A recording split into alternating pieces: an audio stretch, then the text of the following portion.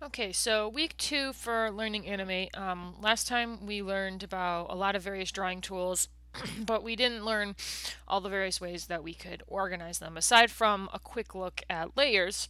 So you can see here in my file I have 4 layers, and I have them labeled so that I can tell kind of without looking what's where. Also, I can click on a layer and it will select everything that's on that layer. So if I click the text, for example, you can see that all 4 text boxes are selected. So that's how I can know they're all on that layer, and I can click the maybe the lock box so that way I can't touch them as I'm messing around with the other files. And then I have something I call flash drawing and then object drawing in groups. So new to Animate very, very recently is something wonderful. So we went over briefly the fact, or last time, that when you have these drawings initially, the fill can separate from the stroke, and it's really weird. And I can take this oval tool, and I can, use it to punch a hole in something, um, stuff like that. So, but what if you want this to behave more like Illustrator? So something this program has always had is what's called object drawing, which is why I have it labeled like this here. And any of these drawing tools, select any of them, and at the very bottom of the toolbar, there's 2 icons. One looks like a magnet, and right above it, there is something that you hover over, and it says object drawing. It looks like a circle surrounded by a square. And if I click on that, when I draw, instead of what you see here with the fill separating from the stroke and things like that, it acts exactly like Illustrator does, where it's one concise thing.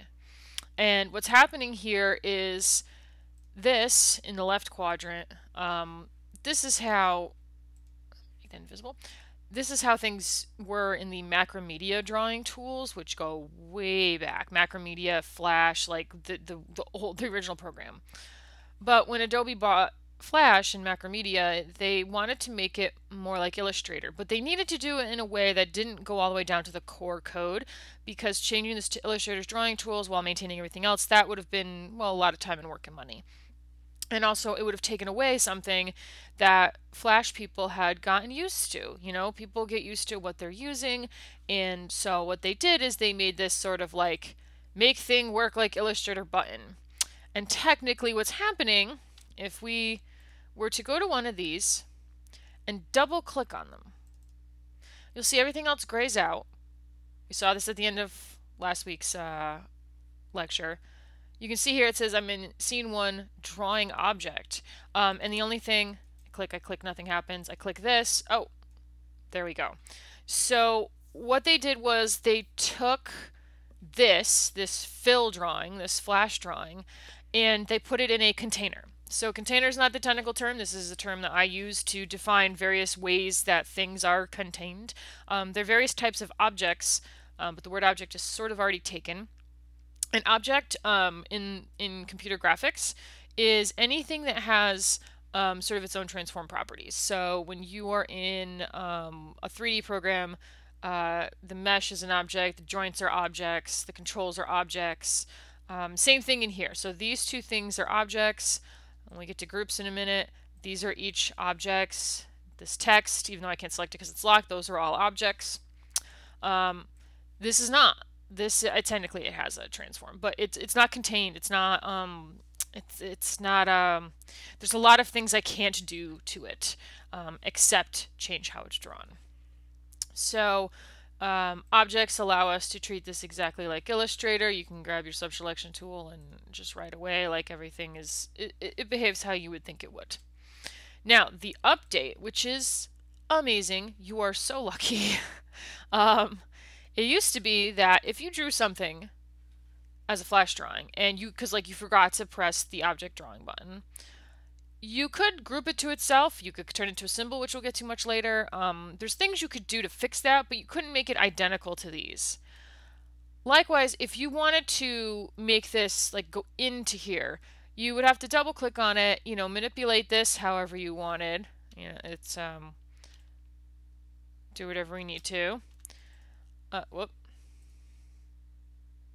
Oh, it's not going to work if I have object drawing turned on. See, this is the thing that gets tricky. But there we go. So if I make that like that, and then, but I got to keep going in and out of this object, and maybe I want two of these things to interact with each other. What they have now are two buttons. There's three buttons technically, but we're looking at the first two, the left and the middle one.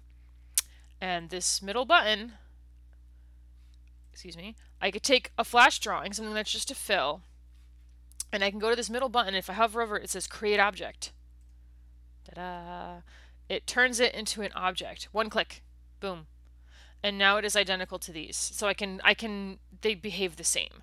Likewise, I can click on an object and say on the left button, expand to fill. Ta-da! This is an amazing turn of events for someone who's been using this program for so long. And in fact, I can actually change this now to, if they're saying, expand to fill, well, then I'm going to call this a fill drawing. Now, mostly that's true. However, see this right? If I double click on it, this when I drew it, this was a stroke. And see, we have stroke and style and width and all these kinds of things.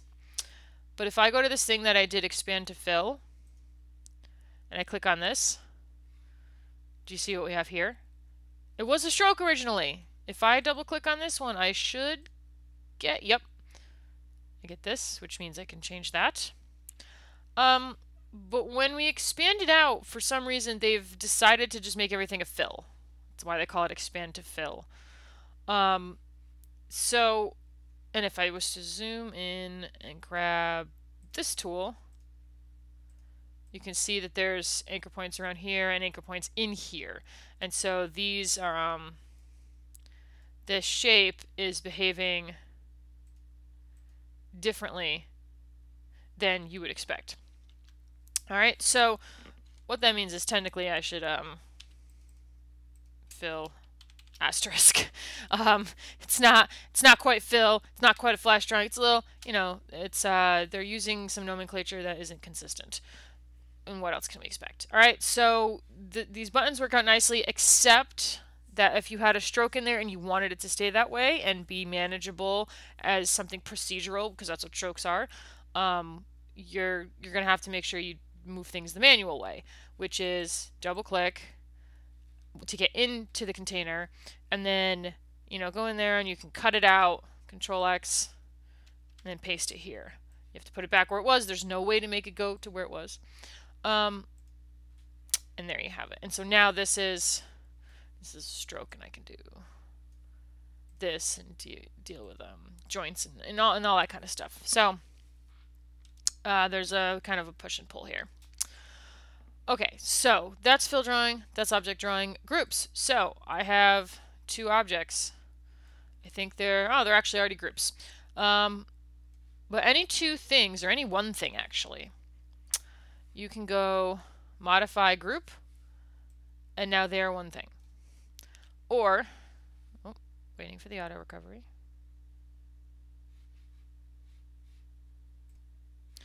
Sorry for that delay, but there really is nothing like the autosave making your day miserable. It froze the program. So I'm going to show you Edit, Preferences, and we're going to stop it from autosaving.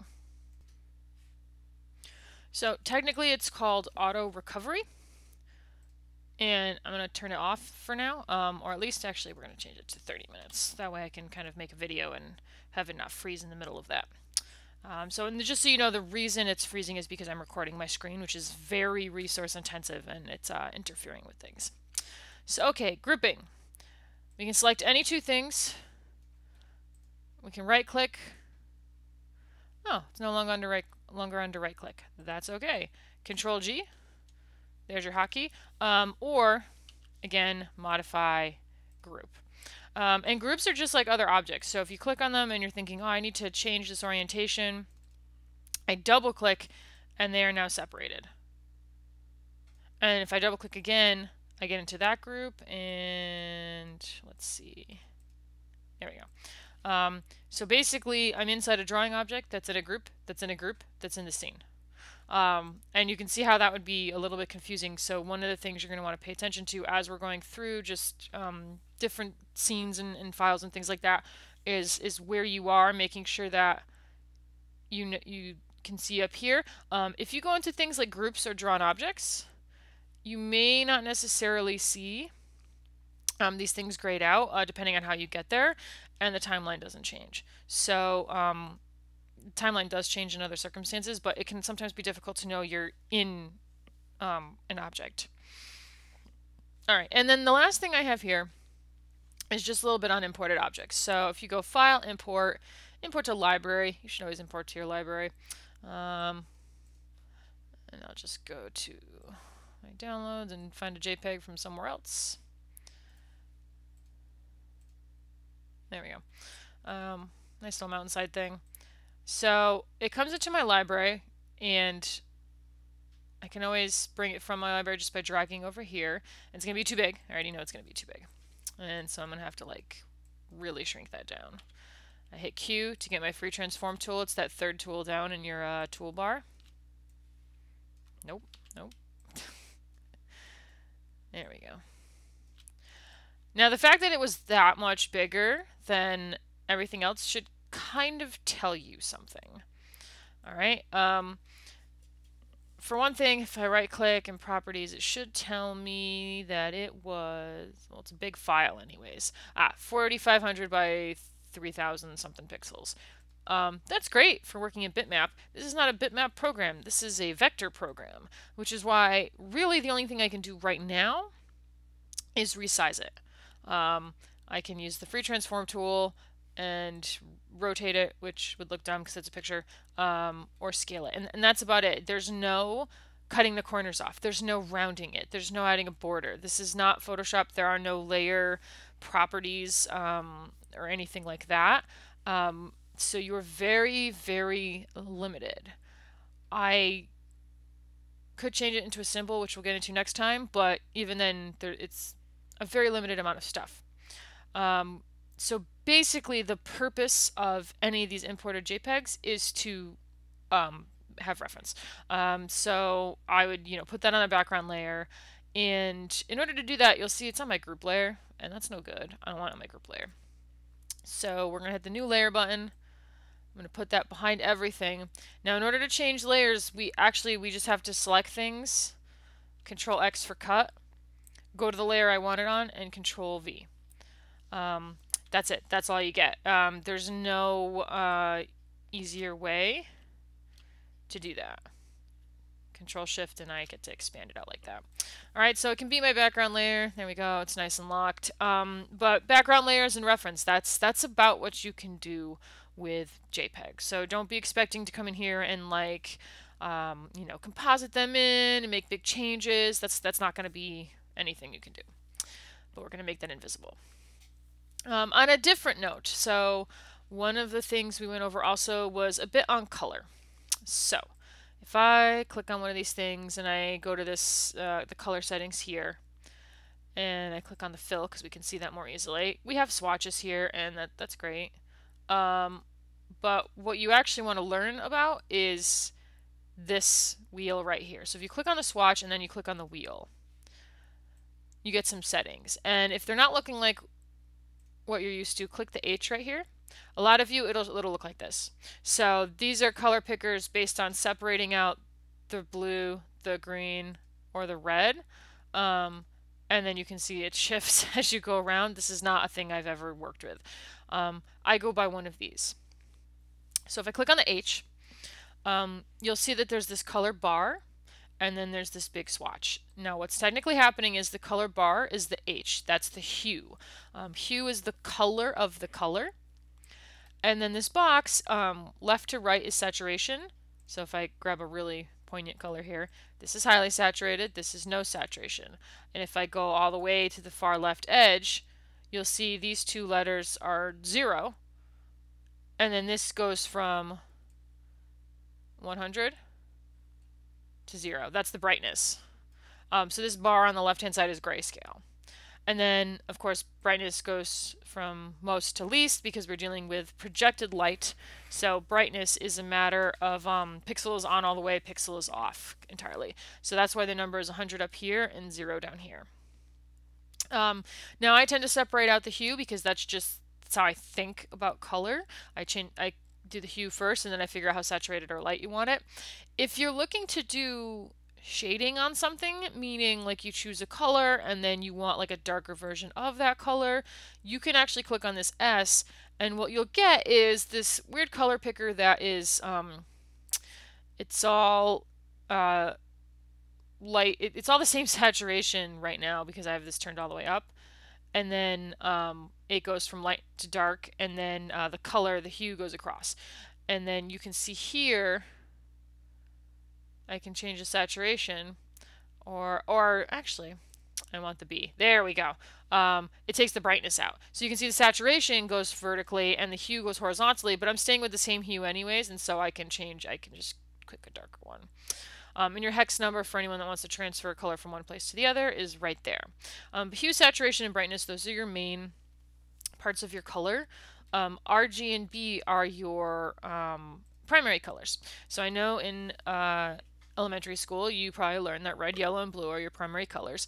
And then you took a blue crayon that looked like this and a red crayon that looked like this, and you combine them, and it wasn't purple, it was brown. And that's because they're the wrong colors. What your actual primary colors for light, which is what we're dealing with, projector light, are this color red, this color green, this neon colored green, and this color blue. All right, so 2 out of the 3 colors that you learned in elementary school come from there. RGB, if you had component cables ever, you would have seen red, green, and blue coloring on them. Those are the primary colors of light.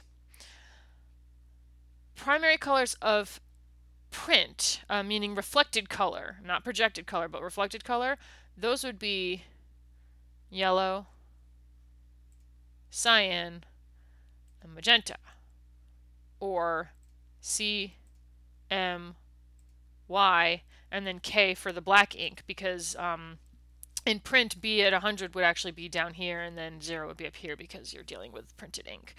So, because it's reflective color and everything is inverted. And you'll notice that when I give you those 3 primary colors for each time, they're all equidistant to each other on the color spectrum. It's just that you had to shift, you know, like 25% down in order to get to the new set. So, crayons are a reflected color, which is why this yellow and this red didn't make anything helpful, and this blue and this red did not make purple, because technically your primary color is this magenta color, and if you combine it with this cyan, you're going to get this blue. And if you combine cyan with yellow, you'll get a nice green. And if you combine yellow with magenta, you're going to get this color red. Go ahead and try it at home. I promise it'll work. Alright, so that is the color stuff that we went over. The last thing we went over was gradients, real quick. So, if we, just choose colors from here, you just get solid color. But if you go up to your color palette, the round one, click there, you'll see it says solid color, but you can change that to linear gradient. Now, it always goes to grayscale. That's just, you're stuck with it. The previous color we had for the line is right there, but the rest vanishes. So what we're looking at is the color picker that we're used to, and you can change it to, one of these things. But this is your gradient. So I can click this little caret right here, and as I change this, you'll see the color changing. Now, you don't want to get too picky about the one color before you select this other little house and change the other color, because it's going to drastically change how most of it looks, because most of what you're looking at is a gradient, right? It's only going to be those 2 colors at the very, very, very edge of things. All right. Now, let's say I get the perfect colors and I love them, and maybe I even, I move this here and I add another one so I can have like a bright yellow color. It's actually kind of hideous. So we're going to click this and go off, and it gets rid of it. And I'm going to move the green here. I'm going to move the blue to the middle. And then I'm going to add like a magenta color there. That's better. I like that better. I'm going to make sure the blue is in the middle. So this is the gradient itself. And I can kind of, there's a bit of an optical illusion that happens where it looks like there's more blue because that's kind of the stronger color in the gradient. So if I want to have the green and the purple kind of in there solidly, I need to push them away from the edge. But what if I want this to go vertically, or what if I want this to change the distribution in a different manner? Well, underneath your free transform tool, if you click and hold, is a gradient transform tool.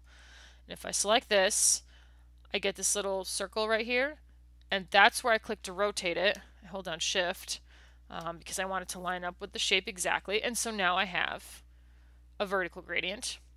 And then I can also take this line, not the other one, only this one, and see how I do this.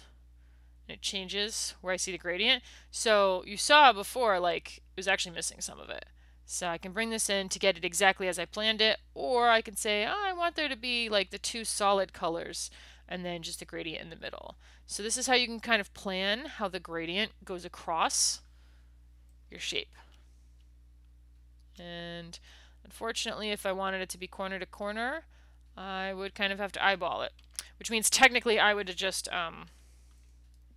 I would draw the shape differently so that it lined up pointing upwards, because I don't want to eyeball anything. Alright, so those are gradients. They're pretty powerful, but they're procedural. They're just like the stroke pattern where, you know, you can change this, but I can't change where it starts and stops. You can see that kind of looks silly. That one too. I can't make it go up and down and up and down. Like, you're kind of, you know, stuck with this being the way it is. So I can put it back. So there's not a lot of control over these things because they're procedural. So the next video we'll be going over the last drawing tool and what the homework was.